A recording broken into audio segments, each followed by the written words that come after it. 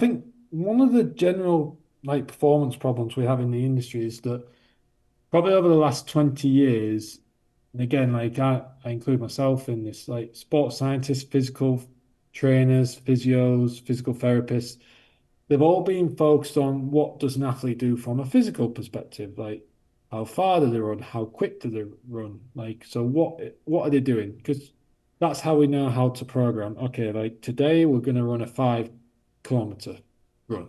Okay.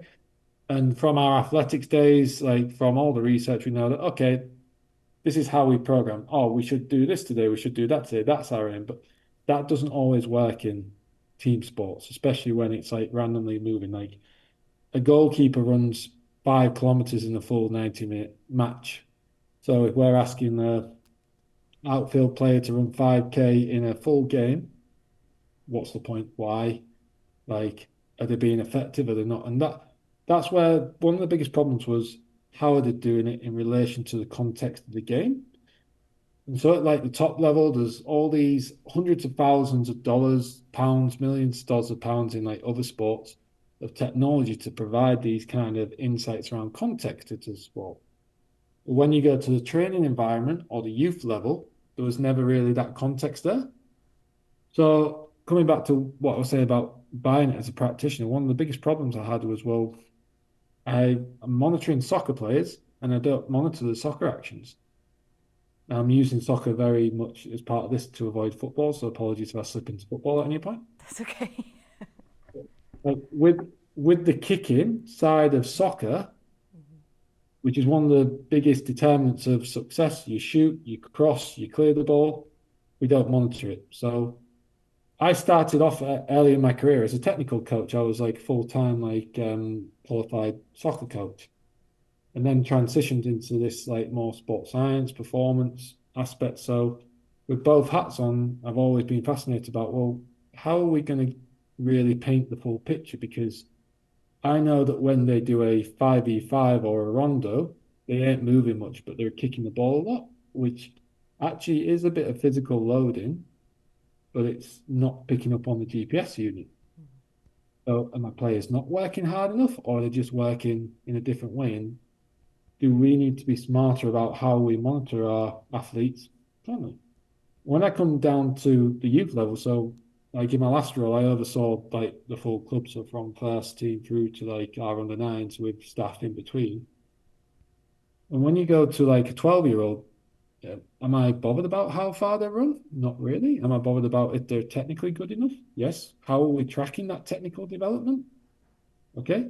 So there was multiple problems that were like starting to marry up. And on top of that, then to actually look at the technical insights, I would have to employ a staff member to just film the games, then sit for hours just tagging all the time that someone was individually taking touches. And this is obviously before AI crept in and some really good tools there as well.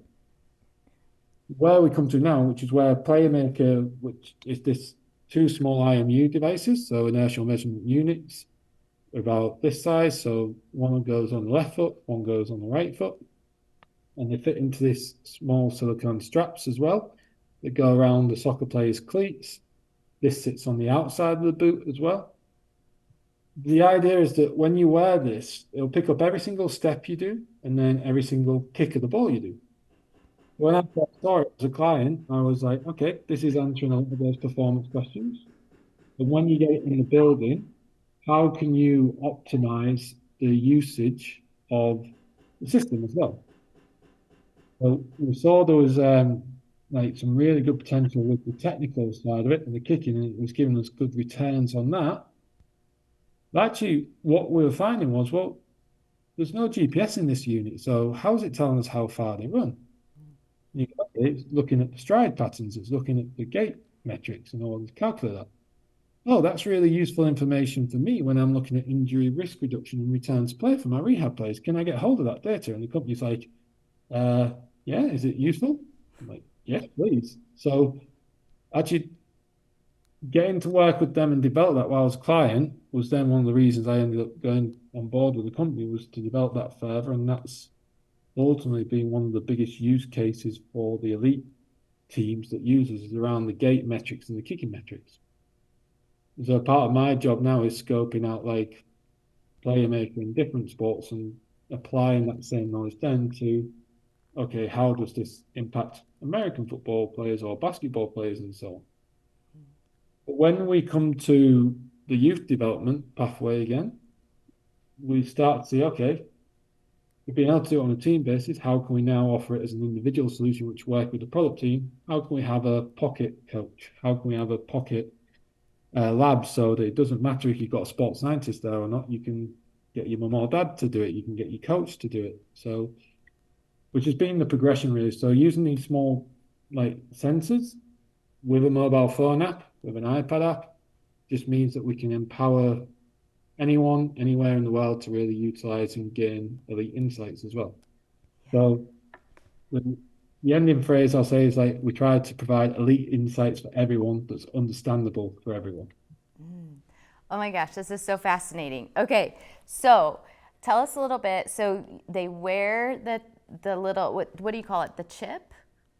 Yeah, sensor chip. It depends Sensor. what type of world you call it, but yes, we'll call it sensor. Okay, sensor. Okay, so they wear it on their cleat with the band, and then is it real time data that it goes to the app, all the metrics that it's doing, or do you have to kind of wait for a few minutes before it uploads? Like, tell us about the whole process that a user would experience.